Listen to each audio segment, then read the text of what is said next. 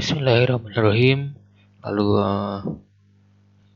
next problem nomor 5, yaitu sebuah tombol untuk mulai menggerakkan sebuah double acting silinder bolak-balik secara terus-menerus hingga sebuah tombol lain ditekan untuk menghentikannya. Oke. Jadi ini seperti ini rangkaiannya.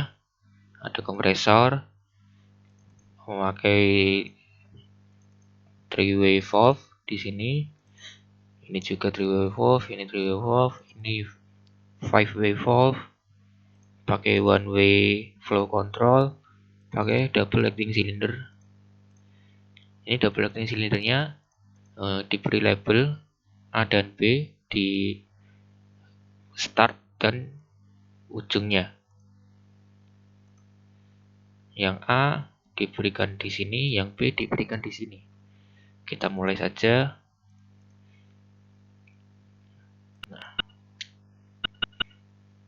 Nah, ini kan tadi soalnya bolak-balik terus-menerus.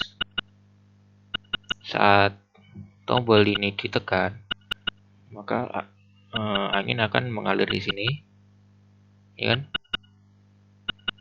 Dari kiri ke kanan. Ketika mencapai maksimal silindernya mencapai poin B, maka sensor di sini akan aktif dan menekan ini. Jadi di sini akan terdorong, ya kan?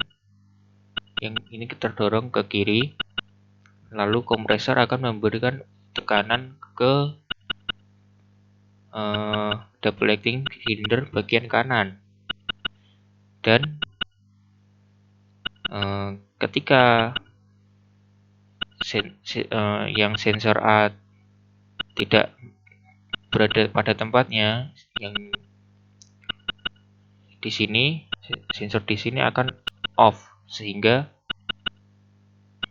tidak akan ada udara, sehingga yang kiri akan terlepas anginnya. Begitu pula sebaliknya, terus menerus, ya kan?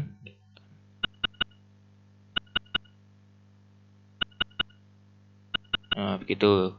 Dan tadi soalnya kan ada tombol lain untuk menghentikannya di sini. Ini disambung secara pneumatik. Jadi ketika tombol yang ini ditekan, maka tombol ini akan terdorong ke kiri sehingga rangkaian off. Next, problem nomor 6. Problem nomor 6. 6 soalnya sebuah tombol untuk menggerakkan sebuah double acting silinder hingga maksimal, yang dengan hal tersebut bisa menggerakkan sebuah silinder kedua untuk bergerak hingga maksimal. Setelah silinder kedua mencapai titik maksimal, maka semua silinder akan menarik kembali piston ke posisi semula. Jadi intinya tombol ini akan mengaktifkan silinder yang ini maksimal. Ketika silinder ini maksimal, silinder yang kedua akan bergerak. Dan ketika silinder yang kedua maksimal, kedua silinder akan kembali ke tempat semula. Mulai, ya kan, maksimal, penggerakan maksimal, kembali ke posisi semula.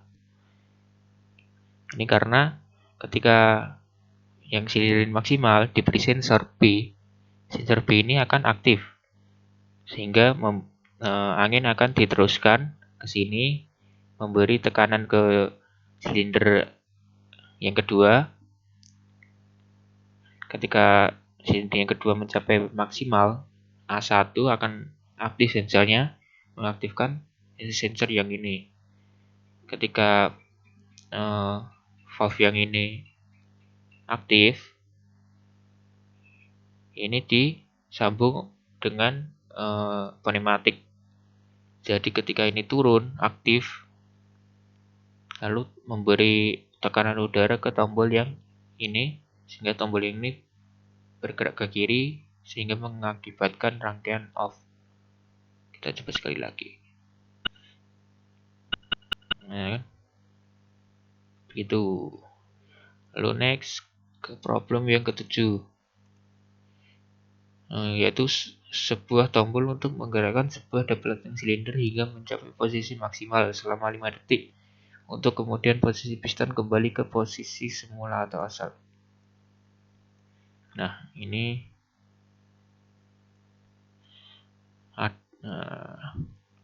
memakai time delay normally close, ya kan?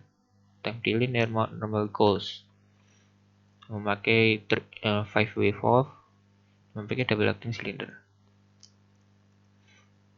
Ketika tombol ini ditekan,